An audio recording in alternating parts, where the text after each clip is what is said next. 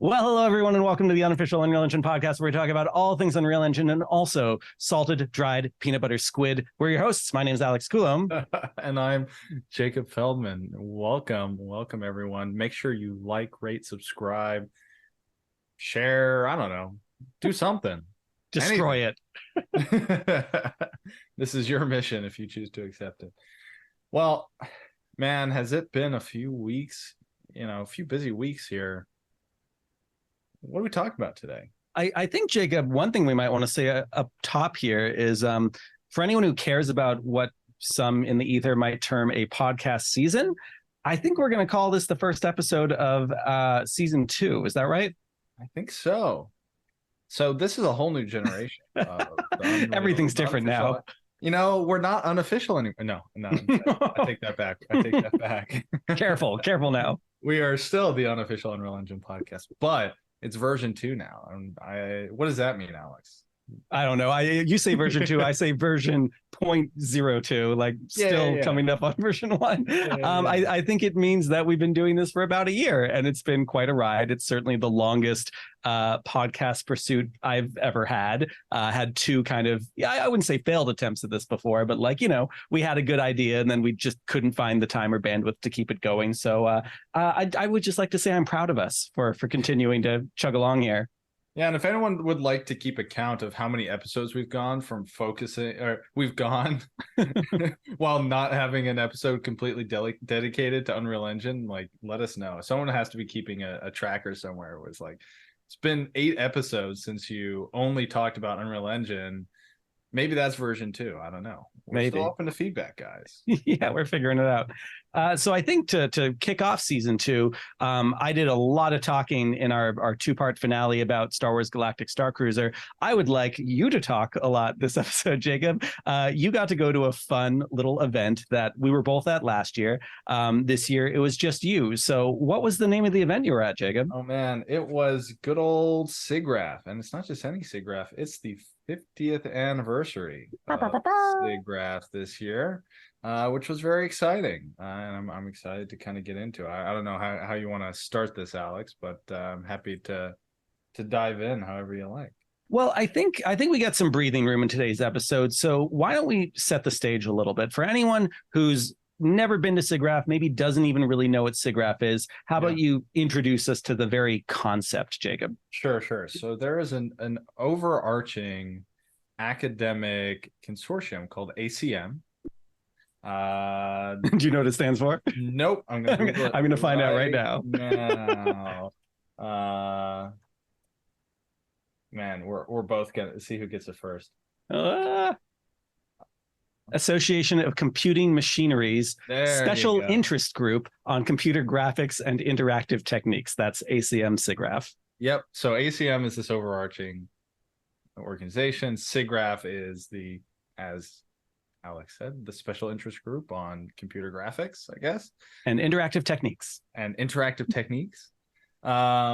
And essentially, it's a big conference dedicated to nerds interested in graphics, VFX, games, really anything GPU related, pretty much, though not strictly speaking. CPU features need not apply. Yeah, I mean, we'll get into it. I had a very interesting run-in with quantum computing this year's SIGGRAPH, which I'm very intrigued to get into. But I hope it was just like the TV show Devs, for anyone who's seen that. So overall, it's an academic conference, which means people can submit academic papers and posters and research and stuff like that. And there's a lot of that goes on. And then equally, it's an industry event where there's usually a pretty big presence, particularly from VFX and games and around their use cases. Of course, there's I would call AEC and visualization an equal party, or maybe not equal, but it has a significant presence as well. But it's usually a conference for technical folks who are part of the community. And then there's also like a very they usually have a like a show floor where vendors and stuff like that can kind of have a presence.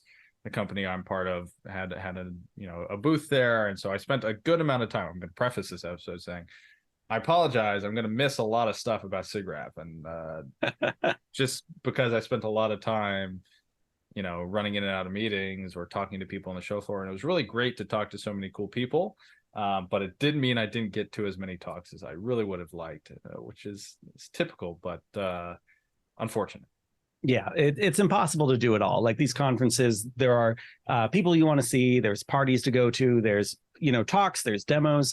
It's a constant sense of FOMO for people who didn't go at all, like me, but even for people like yourself who are there and can't possibly be in 5 places at once. Yeah, exactly. I mean, the thing is, like, so when you sign up for the conference, the online access, there's a ton of material that comes with it. And it used to be, I don't know if they still do this, but they shipped a USB drive. I have an old one here. It was a USB drive. I'm trying to see if I can pull it out real quick. And they put on this every bit of content from the conference, like all the papers, all the presentations. So I don't know if I'm gonna be able to show this.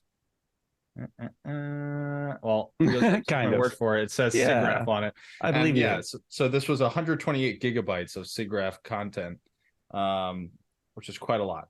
So there's usually a lot of stuff that goes on, and it's just impossible to get all of it. But they usually are good about documenting it. So if there's anything you didn't get to see, you can usually find it. Now there's a whole host of events. So like I was part of a few events that are deemed birds of a feather, which are more just like round table conversations, stuff like that. Those typically are not recorded and are really just about having open conversations where you don't have to sign a ton of NDAs.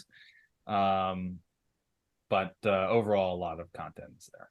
Yes, and now's as good as time as any to say there's a lot of people who messaged me during SIGGRAPH asking me where I was, because I did exist on the schedule because I was supposed to be co-hosting a Birds of a Feather session for live VR theater. I was sent a recording of it. It looks like it went splendidly, fantastically. Wish I could have been there, but unfortunately I did not get my ducks in a row to get out there to the West Coast.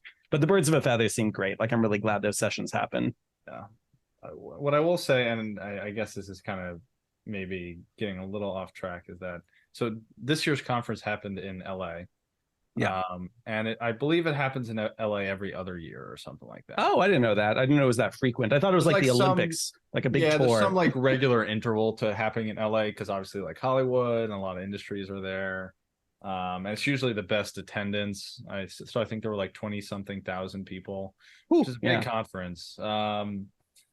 So I know they hold in LA pretty frequently, but let me tell you, downtown LA is just not where I like hanging out. No, I agree.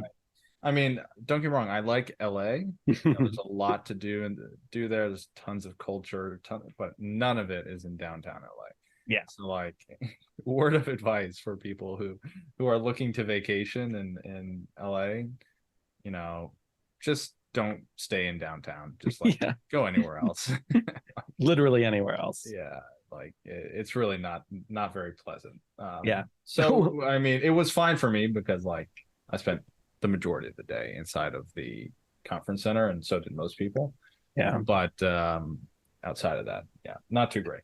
Yeah, well, the Next Stage conference that we talked about briefly on the show, I was in LA for that, and the official hotel for the conference was the Ace Hotel, which was a little expensive. So my teammates and we were like, well, let's see if we can find an Airbnb by the hotel, and we found a very reasonably priced one that looked beautiful. And indeed, once you got inside, it was. But the outside of the building looked completely condemned. Like, we were joking, like the instructions should have said, like, look for a building that looks completely unoccupied, like it's about to be demolished, and that'll be the place where the Airbnb is. That's where you'll sleep tonight. Yes, exactly. That's great. Yeah, well, it's a side note, but definitely was not my preference. Next year will be in Denver. Oh, cool. I love Colorado. Yeah, and I'm personally much more excited for that. Yeah. than LA. But overall, like I said, spent a lot of time in the conference center, so can't really complain. Yeah. Okay, let's dive right in. No need to go in any kind of major chronological order, unless there was some big like opening keynote thing that was amazing. But like, what do you want to chat about? So, okay, I missed most of the content, most of the Right. keynote, right? But Except I for heard, one. yeah, except for the NVIDIA keynote, right? But I heard from other folks. I was asking folks who would come to the booth, what do you think of the keynote, stuff like that. Most people were pretty like lukewarm. They were talking about kind of the stuff you'd expect. There was a this is not the talk I went to, but there was a keynote on IBM's quantum computing, which I thought was pretty which I heard was pretty interesting and pretty compelling. Mm-hmm. I didn't hear a whole lot about the other ones, and I was at the NVIDIA keynote, but um, the big highlights that I heard from people are one, and this is something that would interest you, is that they had the varifocal Yeah. prototype. Meta had the varifocal prototype of their headset there.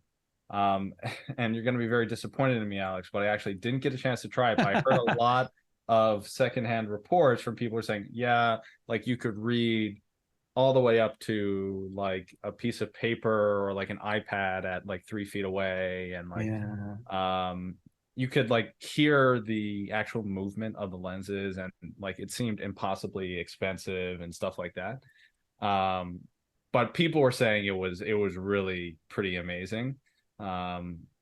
So like for what it's worth, there was this demo as part of like the future technologies section, and people were saying it was very, very good.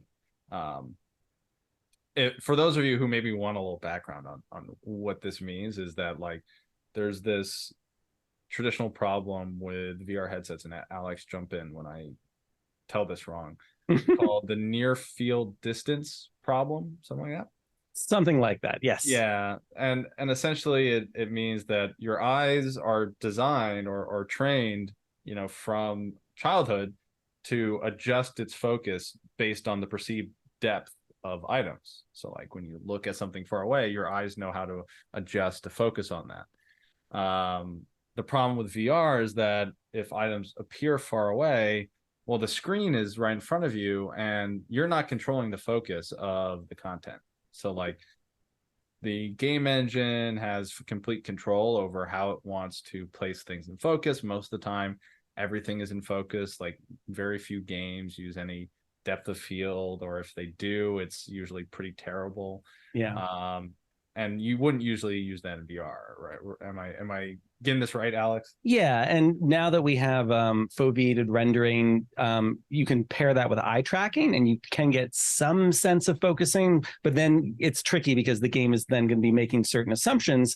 Because foveated rendering is technically different, but you could use a similar kind of thing for eye tracking to be like, oh, well, I think the player's looking at this thing that's 100 feet away. Let's put that in focus. But if you get it wrong, that's really going to make people feel like they're about to have a stroke or something. So it's very tricky. Yeah. And fundamentally, from like an optics perspective, there is like a physical difference between focusing like just something that looks blurry, correct, and something that is out of focus. It has to do with the angle that light rays are coming in, right? So from a display going through lenses in a VR headset, they're all coming in straight.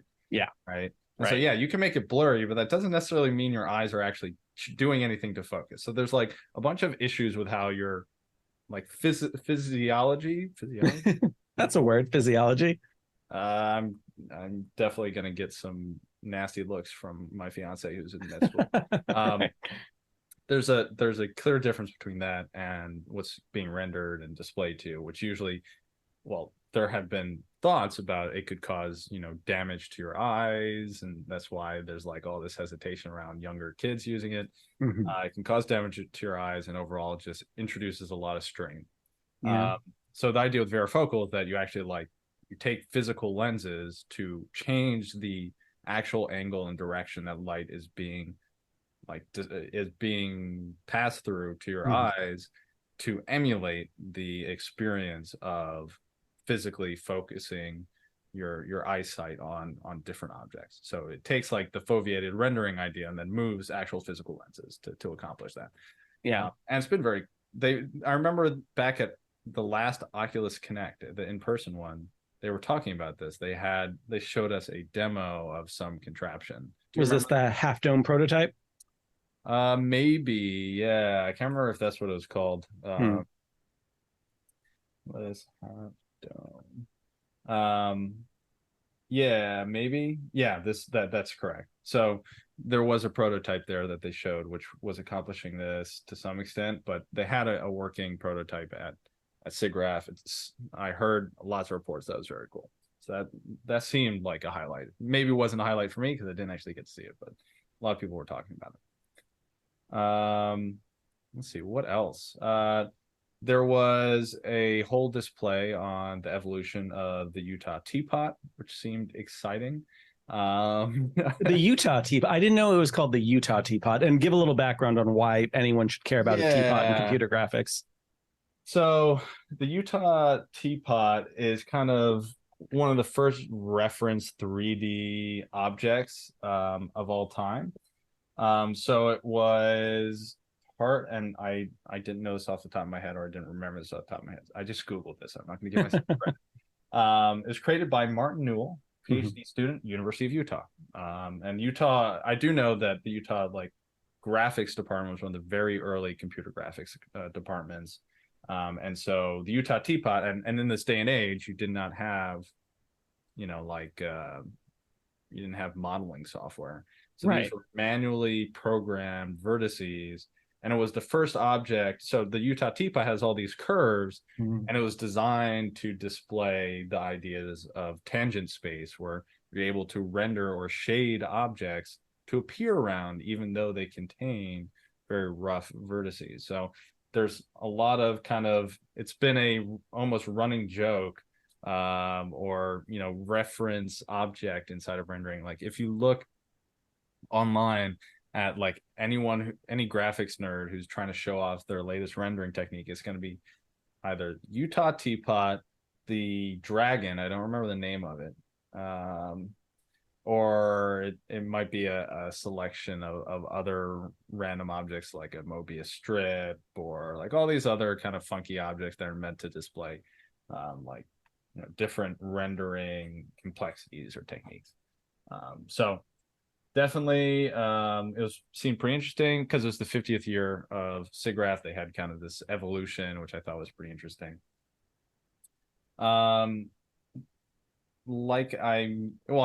any question, anything you want me to talk about, Alex? I keep rambling, but I mean, I guess so. Okay, here's the thing. Let me give you my perspective from the outside. Yeah. I was watching social media pretty closely during SIGGRAPH because I kept expecting, especially for the 50th anniversary, that there were going to be some major announcements from someone, maybe Epic, maybe NVIDIA, maybe, computer graphics scientists at Stanford or something.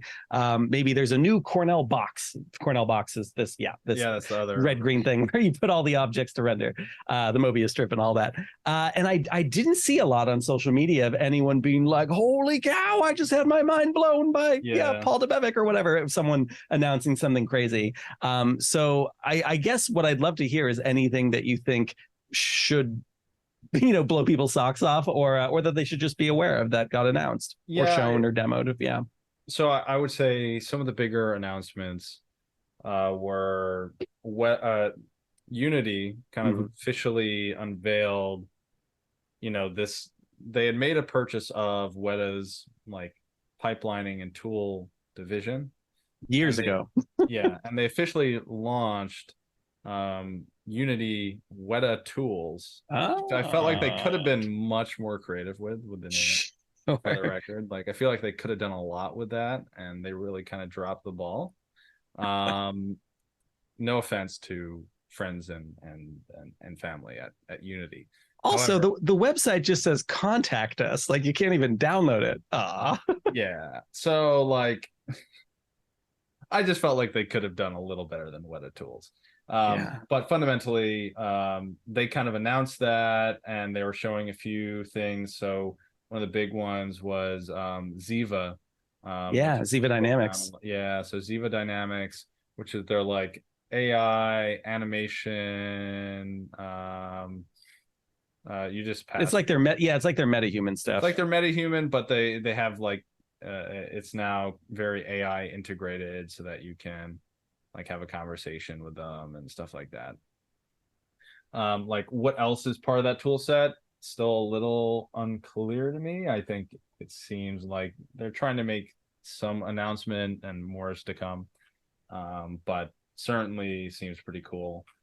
So that was definitely one of the big announcements. You saw a lot of people walking around with What a Tools shirts and stuff like that. What other big announcements were there? Sorry, real quick on that. I'm laughing a little bit because I'm reading about this showcase of Avatar: The Way of Water, and Weta, of course, being a major company that works on this. And like, I'm trying to find any proof that like Unity itself was used in a big way in Avatar: The Way of Water, because yeah, but like Weta can still keep using Unreal. And again, my understanding is Unreal was a big part of their pipeline before they were acquired by Unity. And I'd be surprised if there was like a message from on high from John Riccitiello, who's like, no more Unreal. But this article that I'm reading is a little bit like, it's not coming right out and saying like, Unity was the primary tool for previs or anything like that.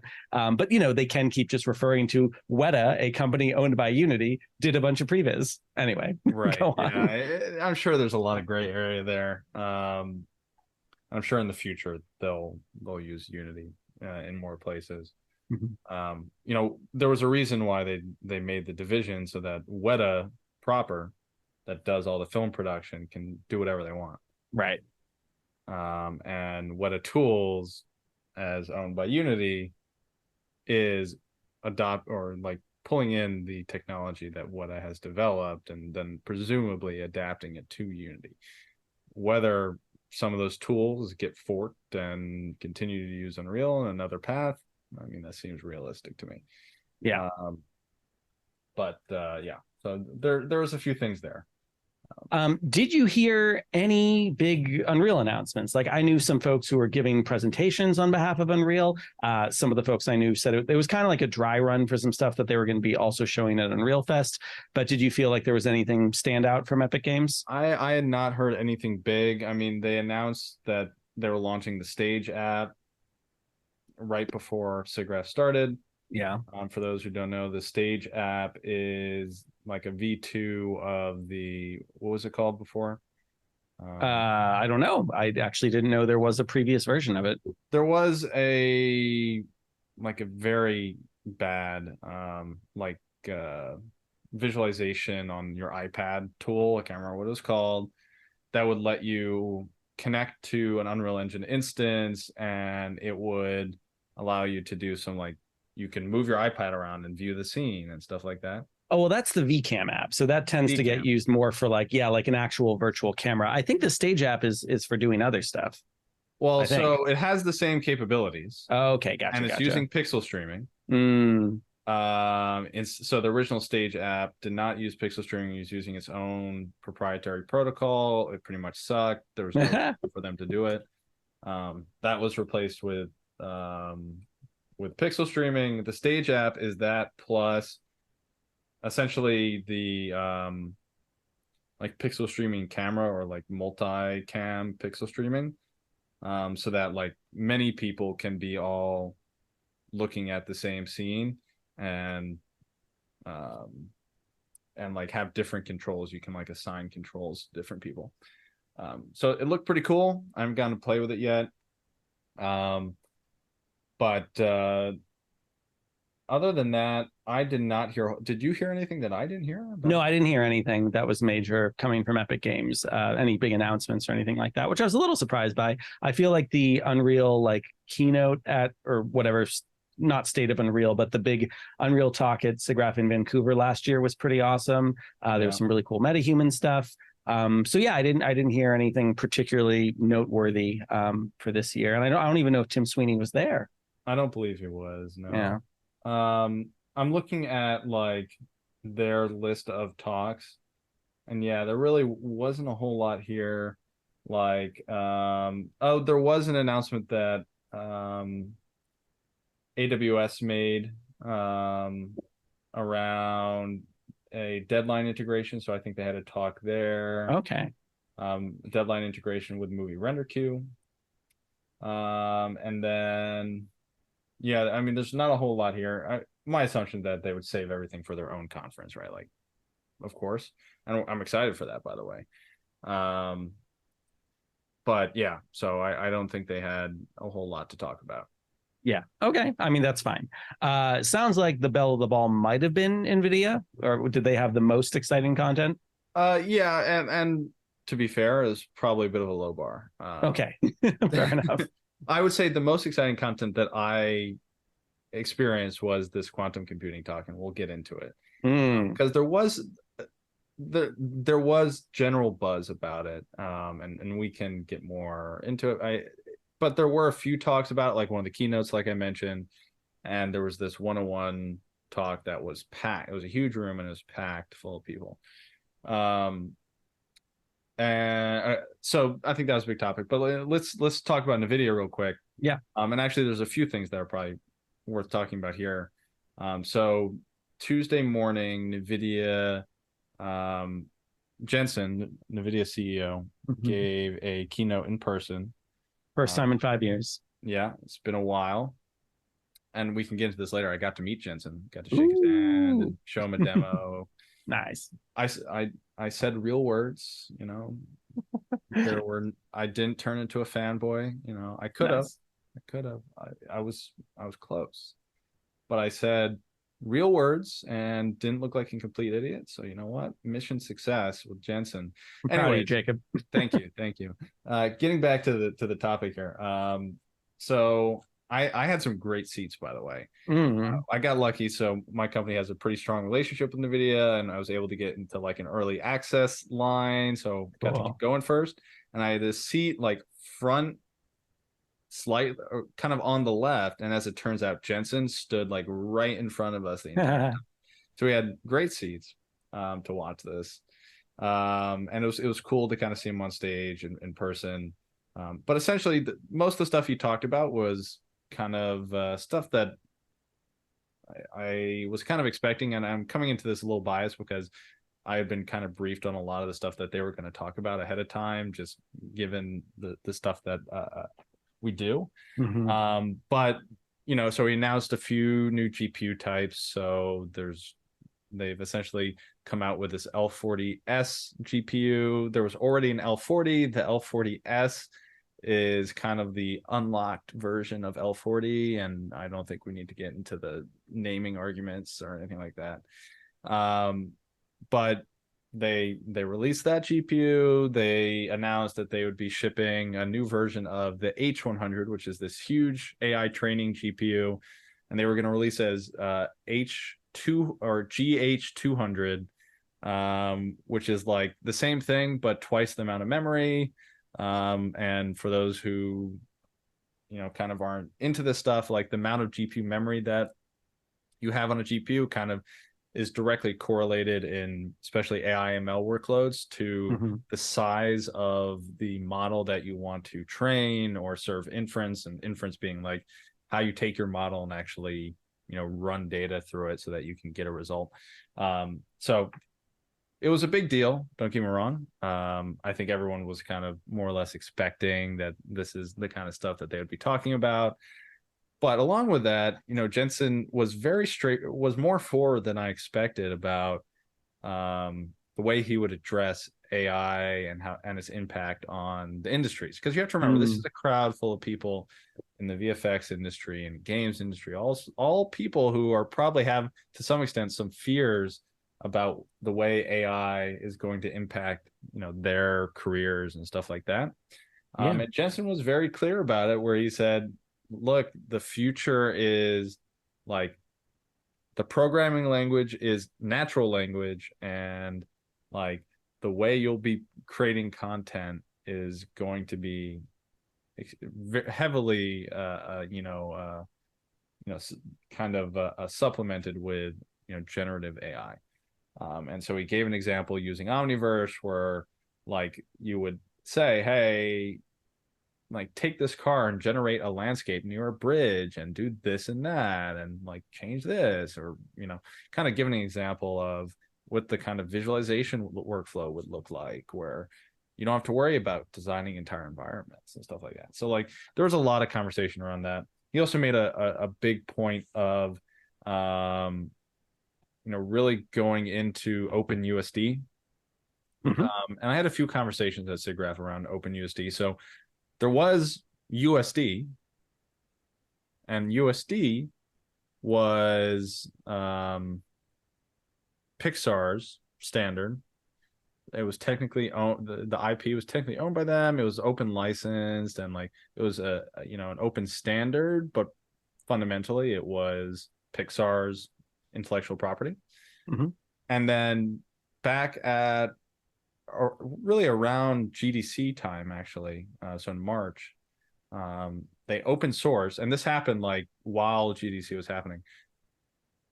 Pixar open sourced USD, so they released their intellectual property, or released the license for it, and it became OpenUSD.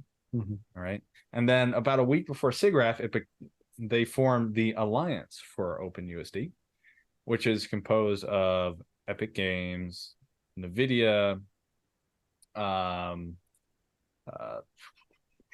Alliance for USD. Who else is in there? Not Apple. Epic Games. So okay, Pixar, Adobe, Autodesk, and NVIDIA, not Epic Games. I thought Epic was in there, but I must be mistaken. And then the last one, which had everyone's eyebrows raised, was Apple. Like, don't get me wrong, Apple pretty much like participates in all these discussions. They were very crucial to Vulkan and the Kronos group, which has a lot of projects that, hey, you're wearing one. GLTF and everything else. And I should say, by the way, I did get this at SIGGRAPH last year in Vancouver. So don't get me wrong, Apple participates in a lot of this, but people were genuinely interested into why Apple would be a foundational member of this alliance. Mm-hmm. And obviously, I think on the surface you say, oh well, this clearly leans into what they're doing with their 3D platform, with the Vision Pro and all that. I think it's a little more complicated than that, most likely. I think they have a few interests surrounding it. And of course, they have a huge history with Pixar, of course, both Apple and Pixar having a major Steve Jobs element. Yeah, and obviously that relationship still exists, but everyone was interested. Like out of the conversations I had about the Alliance for OpenUSD, most people were just surprised that Apple was there. Cool. But regardless, essentially it's an alliance to fund the continued production or kind of improvements and development of USD, and to form a kind of ecosystem to potentially fund projects, stuff like that, events, all that, which I think is very interesting. Overall, though, like to the extent that NVIDIA pushed USD, I continue to be surprised. I mean, they made a major investment in it, don't get me wrong. Their Omniverse platform, which I actually think is quite cool, like relies heavily on it. It made a clear bet. Other folks are making this bet as well. So it's the kind of thing that there's a lot of people who have a big stake in it. But it's always surprising to kind of see how much it keeps getting brought up, and how much practically people are talking about it. I find that pretty interesting. So that was a major part of the talk. And then, they had a whole host of additional kind of product solution kind of stuff that they announced. One of the big ones was something called AI Toolkit, which was their partnership with Hugging Face, which is one of the big AI model marketplaces. So Hugging Face and NVIDIA teamed up to make this interface for interacting with generative AI models, or creating and publishing them, stuff like that. Seems pretty cool. I'm not gonna lie. seems like a pretty interesting thing. So if you're interested in just kind of getting into, generative AI, maybe you're kind of looking to dip your toes in the water and you don't want to worry about as much, like as much infrastructure. It seems like a pretty nice option. I just Googled AI toolkit and I'm getting some different results. So I'm going to say maybe I misremembered the name of this product release. Is it DGX Cloud? No, I think it's like X powered by DGX Cloud. Yeah, I mean the newsroom headline from NVIDIA is NVIDIA and Hugging Face to connect millions of developers to generative AI supercomputing, integration of NVIDIA DGX Cloud in the Hugging Face platform to speed LLM training and tuning, simplifies custom modeling for nearly every industry. But I don't see a platform title beyond that. Like they literally just say the Hugging Face platform.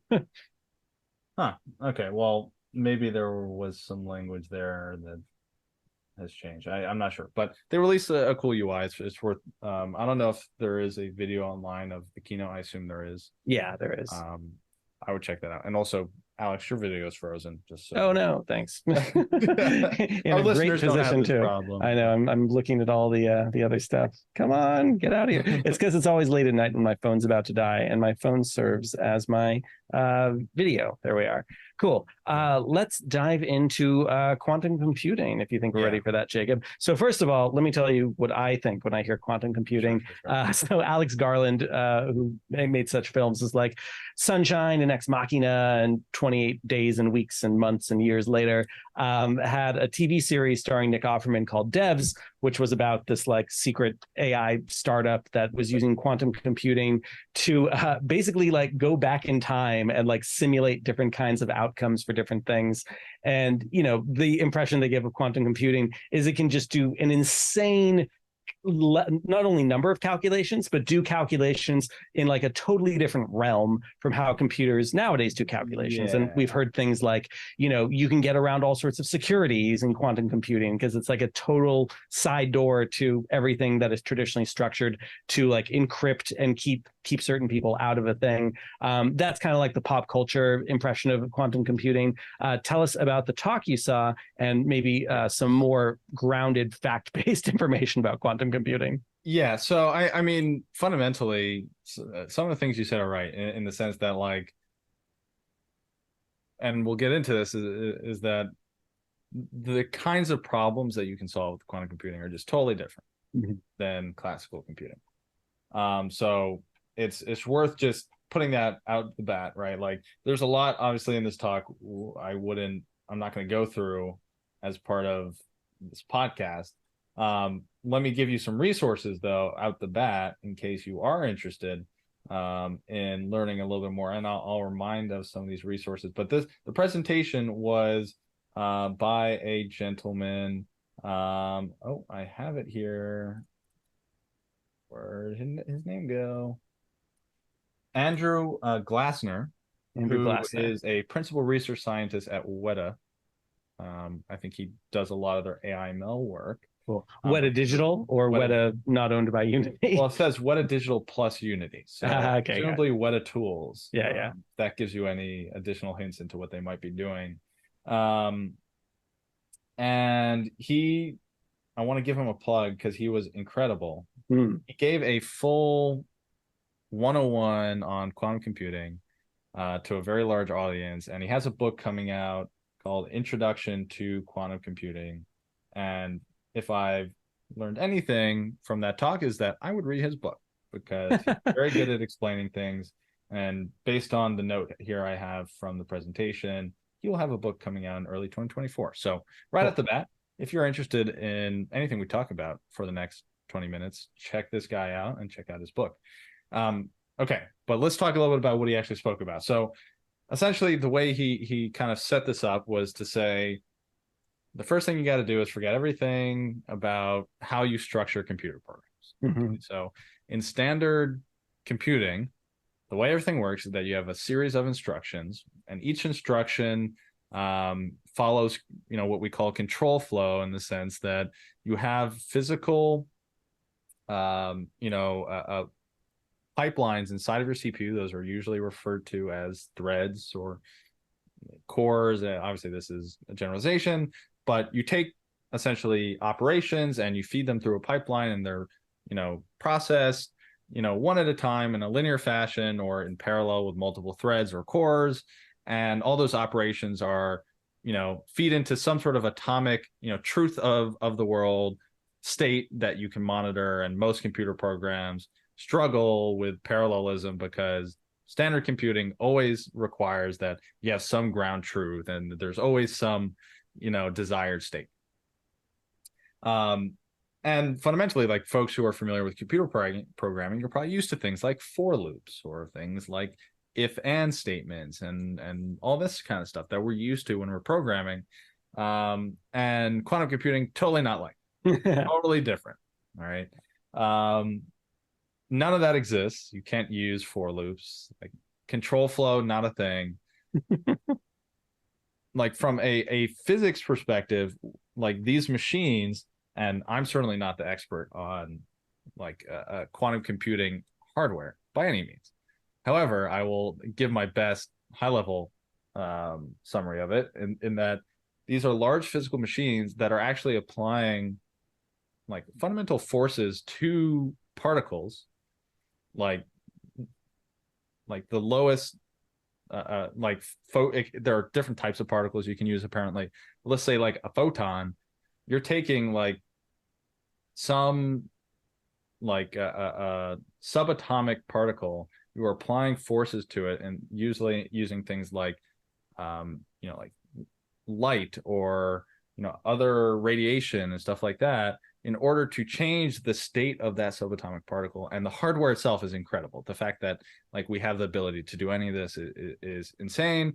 And the keynote from the IBM, I can't remember who it was. IBM, it's like a VP of research, something like that, was talking about how they've now developed a like 450 something qubit quantum computer, and we could talk a little bit more about what that means. But essentially, there's huge physical advancements in this technology. You might have heard a lot of conversations recently about this like potential superconducting material and what it could mean for humanity. And if you read a few of those articles, you'd probably see that one of the takeaways was like, oh, well, quantum computing would overnight like be on your desktop. Was obviously a bit of an absurd claim. Sure. But for what it's worth, like, the other big problem with quantum computing, and again, we'll get into this, is that you have to deal with a lot of issues of noise around how well you can control these systems, how well you can control anomalies that affect the system. Heat being the biggest one. Like, when you transfer heat through materials, they change and alter their form, and also conductivity, all these other things change. So they have to be super cooled to using liquid nitrogen in order for the materials inside of a quantum computer to be efficient enough and noiseless enough for you to do any sort of efficient calculation using quantum computers. And so, like, if you look at these online, if you look at a photo of it, be these crazy looking tubes or like machines, usually suspended from like the ceiling, that have like all these tubes coming out of it that are really just trying to super cool this thing down until it becomes a superconductor that we can then use for quantum computing. It's absolutely insane, right? Like, the physical side of this is incredible. I'm sure I'm doing a terrible job explaining. I mean, it sounds like sci-fi. It sounds like that shouldn't be possible. Yeah, exactly. Yeah, it's totally sci-fi, but it's really cool. So totally different from classical computing. But the fundamental idea is that instead of having those instructions that you take one by one and you can check the state at any time, it's kind of like a black box where you have a bunch of particles that are in any combination of states. So like a particle, before you look at it, before you observe it, is essentially a probability of potential outcomes. So like the particle can be in this orientation or another, like, this is for physicists out there, they're gonna like cringe at me saying this, but like a photon could be in this orientation or this spin, that spin. And like, you don't know any of that. It's just there's a probability of one orientation or another, or a probability of one spin or another. And ahead of time, you have ways of not observing that probability. There's ways of observing that probability by taking repeated measurements and trying to figure out and kind of trying to extrapolate the state that the particles are in ahead of time. So you can't observe that probability. All you can do is observe it. And the second you observe it, there's no going back. All those different possibilities that might have existed before no longer exist. And so your observation is the only thing you can do. And so in essence, like, the types of problems you solve are just totally different. So one of the examples that the speaker gave is one of the famous ones around cryptography called Shor's algorithm. And essentially the way that most cryptography works today, and this is going to be another simplification, is that you take what are called, so like one of the famous ones, the ecliptic curve, or you take some sort of geometric object and you essentially create prime factors so there's a whole long list of prime numbers. You essentially take a random assortment of prime factors and use those to navigate your way around some crazy 3D space. And because they're prime factors, it's much more difficult to extrapolate back, because to know all the factors, you would have to look way over my head. Okay, sure. So just know that there's crazy problems involving prime factors. And usually the way you would, for example, crack like a computer password, is that you would have to kind of brute force it. So you would take some password, you would feed it through one of these algorithms. You've probably heard of some of them, like RSA or ECS. And these are all encryption standards where it's a one-way function where you take some content, you pass it through it, and it comes out in some way where you can't reverse that process. So standard like code crack or like password cracking, you just take guesses at that password and see if what comes out on the other end is what you're expecting. And if that's the case, you've gotten the password, right? The way that quantum computing kind of navigates around this is that instead of doing, one observation at a time, you can set some expectation for kind of potential outcomes, and there's additional black box on either side that I know nothing about, because it was presented as black box in the talk because it was probably too complicated.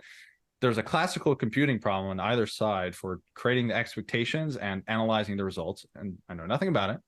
However, fundamentally in the center, what you can do is set up a problem where you're able to analyze every possible combination of states for like these different prime factors. And those prime factors, again, when you multiply them together, or you do some sort of pathfinding algorithm, you get your result out the other end, and that's that one-way function. Essentially, you can simulate the state of all possible prime factors, and you have a classical computing problem on either side that allows you to, within very few tries, determine a password.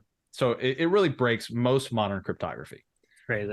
And that's today, right? Like, we don't have ways of combating this in modern cryptography. So that means, like, fundamentally, and this is getting into like conspiracy theory, Jacob, the government or IBM has a technology to break every password on the planet. All right. So like, amazing. Keep that in mind. Yeah. When you go to sleep, but in reality, like, quantum cryptography is a major field. There's lots of research out there. I found this talk pretty interesting. I'm planning on maybe looking into some more of it. Seems very interesting. But that's one of the famous problems. But the speaker also gave some interesting ones with graphics, which I thought were pretty cool. So one of them was ray tracing. So in standard ray tracing with, like, let's say on a GPU, what you're essentially doing is calculating collisions from rays with objects in your scene. And the way real-time ray tracing does it is that it takes the scene, it's able to divide up the 3D space into sub volumes, and those volumes can then be parallelized and processed on your GPU using RT cores. That's the way NVIDIA real-time ray tracing works. Is that different from CUDA cores? Yeah, well, so an RT core is designed to accelerate this quote unquote BVH structure, like binary partition, like volume, essentially. Um, it's just custom silicon that's designed to do that specific operation really well. But CUDA cores, and like you'll see other ray tracing, like real-time ray tracing, and like AMD, for example, it's not done on custom like dedicated cores. It can be done more generalized, just like NVIDIA developed these specialized cores to do this operation, which is really just ray triangle intersection using this accelerated BVH structure.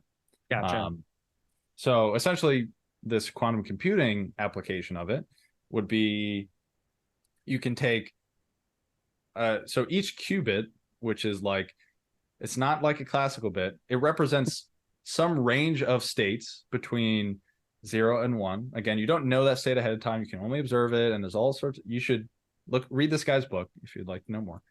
I will be reading this guy's book. Coming Q1 2024. Yeah.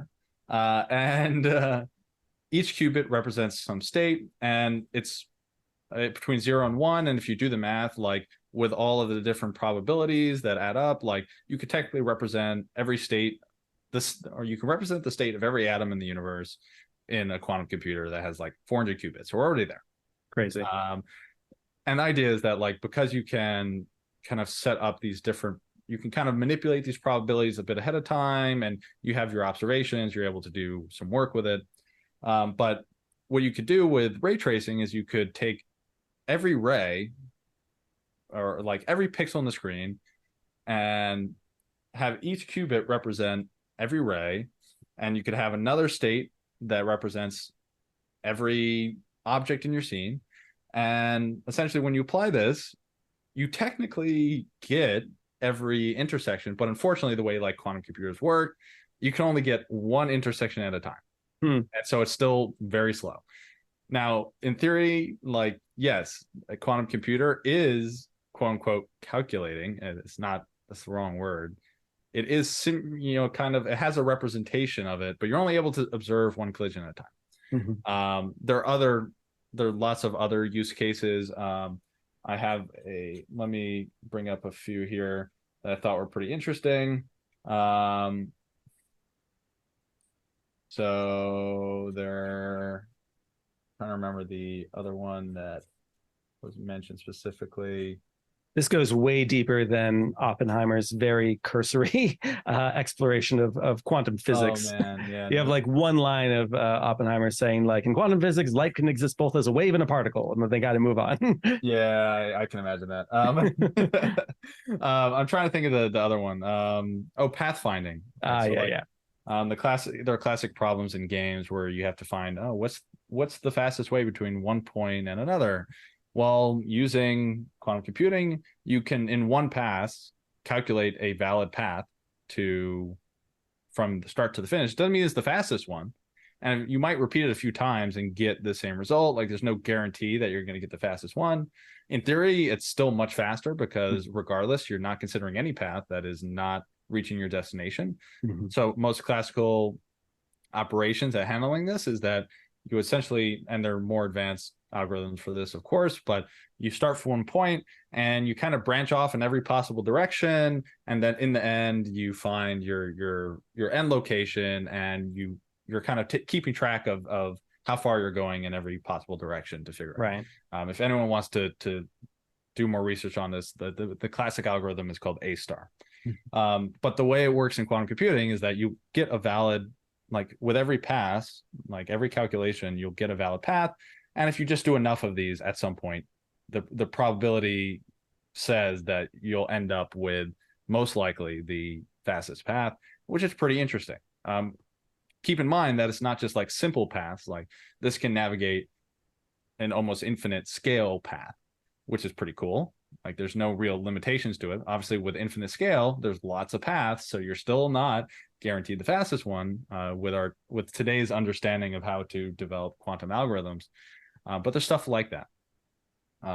So my key takeaways, if you want nothing else from this, is the kinds of problems that quantum computers can solve are just fundamentally different, but they're fascinating questions about like the simulation and reproduction of physical phenomena.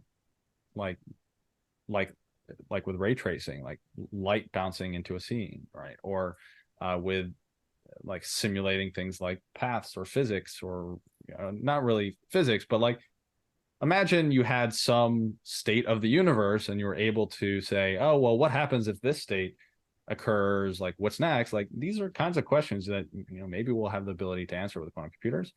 Fundamentally, though, like, it doesn't do everything. And chances are, at least the way I read the context, is that there is probably a future where like classical computing and quantum computing live together to solve problems, which I think is pretty fascinating. So the idea that you might have some subset of problems that are best addressed with classical computers, and then we have ways of otherwise impossible tasks being solved on this new genre of computing, which I find fascinating and very freaky. Yeah, very freaky.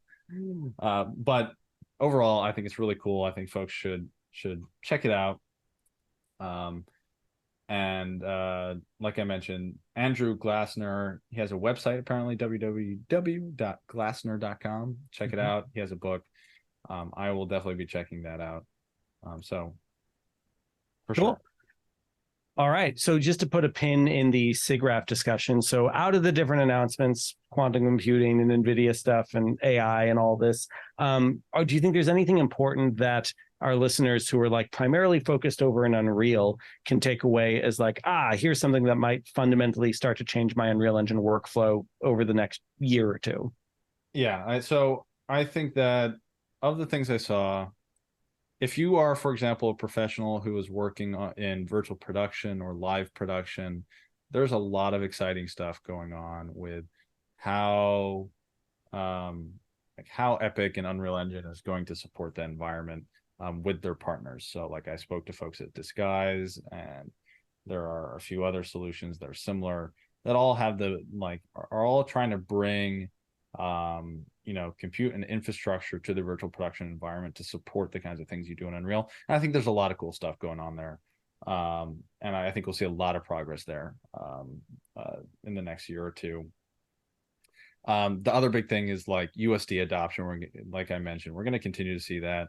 Epic has invested some effort into USD, but I really expect that will continue in a big way if they are serious about the kind of media entertainment industry in general. And then when it comes to real time, I mean, and really any subject, like AI is going to play a big part of this. And we've already talked about this lots in the podcast, so we don't have to get too much into it. But there was a clear feeling across the board that people were looking to adapt to AI, and that there were big questions about what sort of things AI would be bringing to this space in short order. So those are my biggest takeaways. I would say that I really wish that I had some more time to go to talks, but just looking at the schedule, like those are the big things, like AI motion capture. Vicon was doing a markerless capture system. Radical Live is another solution that does something Radical similar. AI. Yeah. There's a bunch of these, but there's some really exciting stuff like that. I would, AI animation inside of, tools like Unreal is only going to, we saw some of that at Unreal Fest. We're going to continue to see it. Sorry, not Unreal Fest, GDC. So like, those are the big takeaways for me. As we're kind of going into the 50th year of SIGGRAPH and really graphics, consortiums in general, the big takeaways are around these fundamental changes that people see coming, and AI is playing a big part. Gotcha.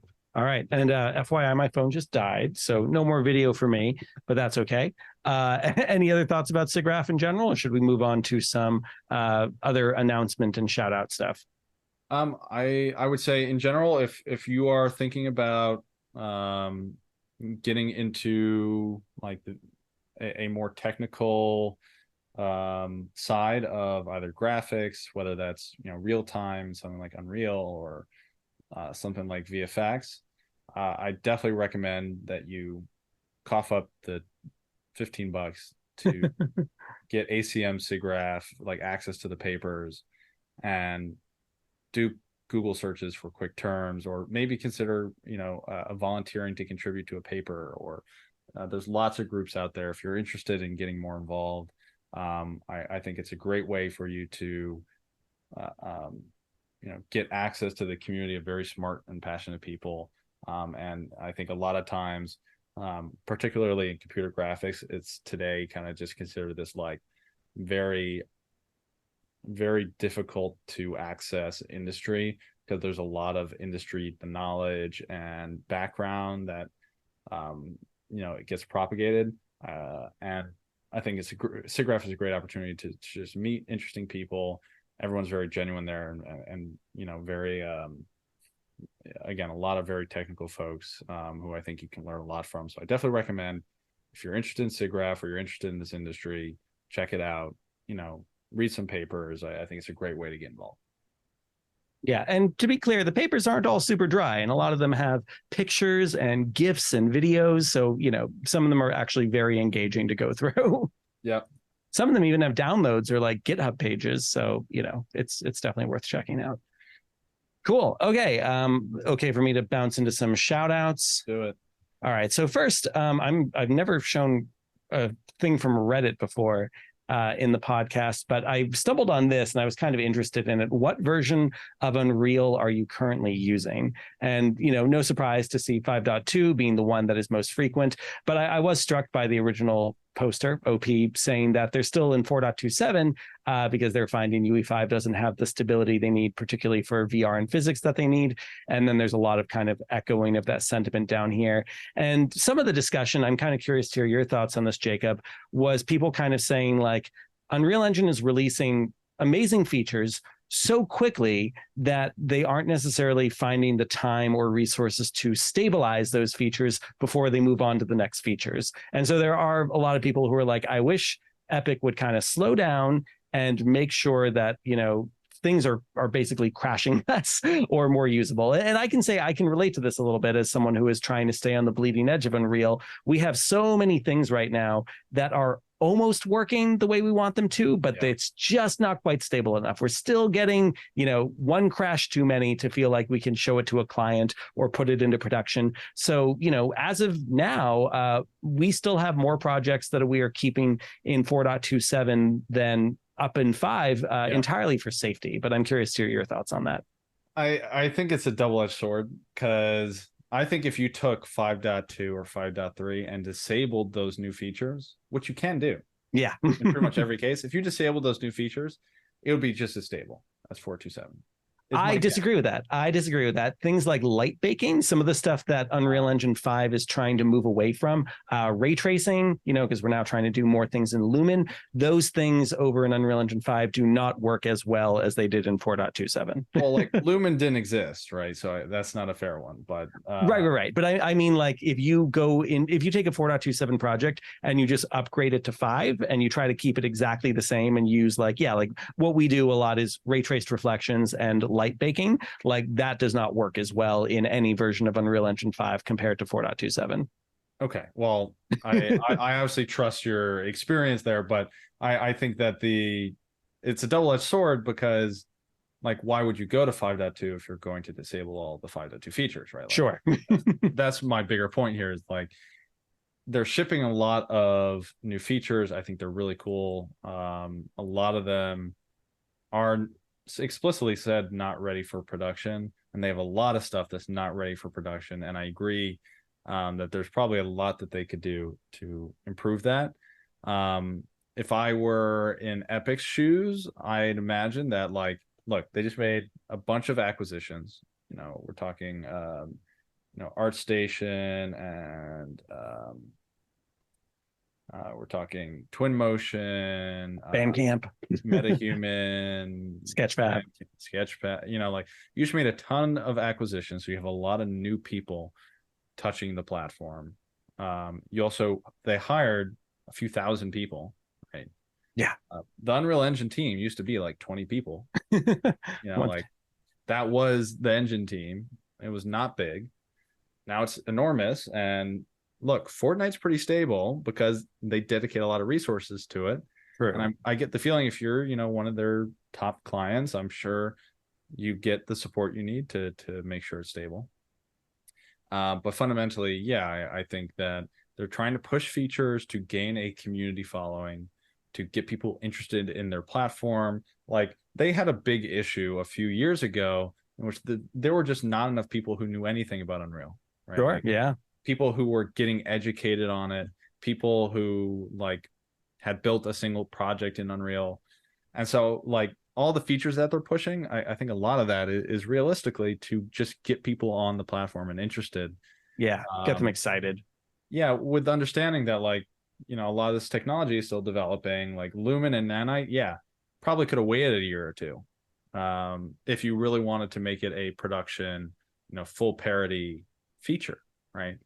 But fundamentally, like they saw the opportunity to release it to the public in a way where it garnered a lot of attention, got a lot of people excited about the future. They've done a lot of work in building the platform, and if anything, like as an Unreal Engine user, I would be very excited for where things are headed, even if it's like we're facing a few rough patches, just because I see it as a good thing. I could see how people could see it as a bad thing, but yeah, totally reasonable. Okay, back to some nice shout outs. I've been following Dylan Brown more, who has a very cool marketplace asset. What's it actually called? Let's pull it up real fast. For anyone who's only listening, Dylan Brown on Twitter or X is unfortunately, I noticed they have an X in their actual handle now. I think that predates the change from Twitter to X, but it's DYLSERX. And the marketplace asset is called Ocean System for Rendered Cinematics. And I've seen some of the development on here, and it is just absolutely gorgeous, like That's fluid great. Dynamics running in Unreal. It does say it's for cinematics, so I'd love to try it out and test it in real time. But the reflections and the wave movement and the level of control is really quite impressive. I was telling Jacob before the show that like I remember using really old school fluid dynamic systems where if I could get it to simulate like one frame every few seconds, I was thrilled. And the fact that this could be even near real time is super exciting. Wow, that I would definitely recommend you hit the link in the show notes for this one because it's very cool. Yeah, a lot of cool stuff there. And Dylan's also just great about updating everything that he's working on inside Twitter. So, you know, it's always nice to see a developer who doesn't just release something and it's done. They like continue to test it and update it and let people know what they're working on. So those are my favorite kinds of developers. Next thing I want to draw attention to. So this one, I have no idea what Polygon Flow actually is. Their description is create next generation tools to give you access to the best artistic workflow straight within Unreal Engine. What caught my eye in this video in particular was actually just the fact that they made a toolbar. And this is something that I'd love to see more of in Unreal Engine plugins. Like, don't be afraid to actually create like an actual toolbar to use, because UE5 kind of moved away from this. I think you're like not even allowed to, you know, get icons in the top ribbon or anything like that now. But to be able to have something like this where you are being very specific to the things that this tool can do, and to bring up a toolbar like this is really nice. And I like their description as well, where they say, we're giving you a state-of-the-art workflow that removes the bloat of Unreal Engine 5 and allows you to create art that you can be proud of. So what I like about that phrasing is Unreal Engine still intimidates a lot of people. And as Jacob just said, like there's so many features and there's so many exciting things. And chances are the thing that draws someone to Unreal is like maybe at most 1% of all the capabilities of the engine. So they might get intimidated seeing a bunch of things about control rig if they're just in there to make a really beautiful, you know, cinematic of with, you know, beautiful light and fog and something like that. So anytime someone's like, we want to simplify Unreal Engine and make like the tools so straightforward to use, especially from an artistic perspective, I think that's incredibly admirable. So shout out to Polygon Flow at Polygon Flow and anyone else who is trying to do that kind of stuff with Unreal. Yeah, very cool. Yeah, I think we'll see a lot more of these kinds of tool sets, just in terms of like the engine. It has a lot of, yeah, like you said, so many features. There's going to be more curated UI for a specific use case. There just has to be, because a lot of it has gotten away from that.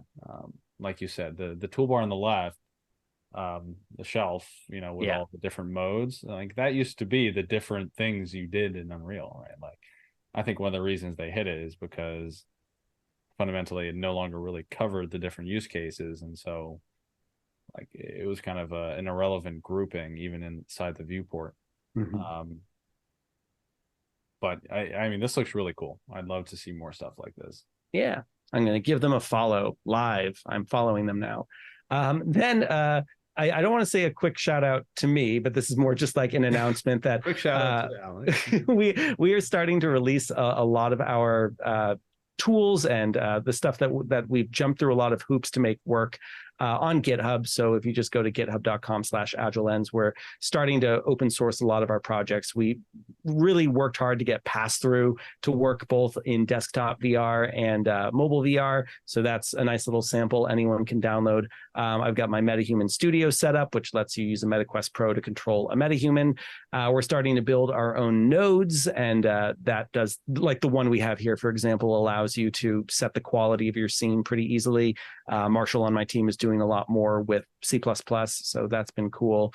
And then we also just released a GitHub for Star Wars Galactic Starcruiser, which we just want to gather as many people as we can. I think we mentioned this a little bit in our previous two-parter, that we want there to be a big community effort of 3D modeling and coding and basically building this archive of the project inside Unreal. So anyone who wants to help out with that is welcome to join that GitHub. All of that can be found at github.com/AgileLens. We're also going to release this week our Rage Room experience, which you can see here in the image. So destruction, fire, water, all that kind of stuff will be easily available now. This is based on a project that my team did way back in like Unreal Engine 4.17 and is upgraded now to use all the chaos physics stuff. And it's really fun to just mess around and break things. So look forward to that. Over this caught my eye because this is an Apple Vision Pro concept. This is done by Permanent Sunset at Sunset Permanent. And it's a beautiful concept for Apple Vision Pro, but it's made in Unreal Engine. And I kind of love how a lot of the pieces to it like absolutely looks like something that you could see as like menus in the style of what Apple Vision Pro was already showing. It's just a question of if it would be capable of rendering it. And then, of course, a lot of the responses to this kind of stuff is like, well, why are you doing this in Unreal? You're not going to be able to release it for Apple Vision Pro. And so on that note, a few people have commented on this, and so I figure it's worth mentioning on the podcast that in the Unreal Engine GitHub now, if you go to the main branch and you go to Engine, Platforms, Vision OS, very, very early support for Unreal Engine running as a Swift UI app. So everyone is welcome to take a look at what is in here and make of it what you will. But it does seem like there is some support for Apple Vision Pro with Vision OS starting to be figured out. So, everyone need not flock immediately to Unity if they care about the Apple Vision Pro. Tentatively, it looks like there could be a way to do that inside Unreal. Hooray. Yep. That seems pretty compelling. Yeah. And those are my shout outs for the week. Cool. I did not come prepared. No, you already spoke a bunch. It's okay. Yeah, I spoke a bunch and I mentioned a bunch of people. But I had a long week. I'm excited to be back home for a bit. Where are you heading next, Alex? Do you have anything coming up? I think the next thing will be Unreal Fest in October. And I'm still debating whether or not I'm going to do Autodesk University. I'm supposed to give a talk there. And I loved Autodesk University back in 2017. I did it in Vegas. 2018, I did it in London. But I don't know, man, like with kids and everything and cool projects happening, like I kind of want to focus more of my time on family and actual work rather than just talking about it. But we'll see. I might change my mind. If someone wants to convince me to go to Vegas, I'll go to Vegas. Oh, geez. I forgot it's Vegas. That's like a whole different thing. Yeah. But yeah, what about you? Are you headed anywhere soon? I might have a few unrelated conferences, but yeah, Unreal Fest I'm really looking forward to. Yeah, it's going to be great. Cool. And there's also Unity has a conference in the Netherlands. That's right. Maybe I'll make it there. We'll see. That'd be really fun. Yeah, I'd love to. I mean, I would absolutely welcome our unofficial Unreal Engine podcast doing a Unity focused episode because of some exciting conference they did. And let's be clear, like, we're rooting for Unity. Like, we would love for Unity to do everything that Unreal's trying to do in more amazing ways. Competition is great. You know, the better Unity does something, the more everyone at Epic Games is going to be challenged to do their version better. So, like, go Unity, if we've never said that before. Yeah, I mean, I don't think we said that before, but you know, unless Epic wants to sponsor the podcast, I think we can get away with it. We can do whatever we want. I mean, it would be really funny if, like, fast forward 3 years or 3 seasons from now, and we still call it the unofficial Unreal Engine podcast, and it's like entirely devoted to Blender or Unity or something else. It's going to be so full circle. Yeah. Cool. All right. Well, cool. Well, I think we're just about wrapped up here, Alex. What'd you say? Yeah, thanks as always to our producer, Alan, who makes us sound and look as good as we can running on our novice tools. And also apologies to Alan, because I realized that Alan had made the suggestion that for our first season, we try to do 20 episodes. And this is technically the 20th episode. So I think Alan would have preferred that we call this the final episode. But I already announced this is the first episode of the new season. So I guess we're going to stick with that. No worries. Yeah, 19 episodes in that first season. Don't worry about it. We'll do 20 next season. There we go.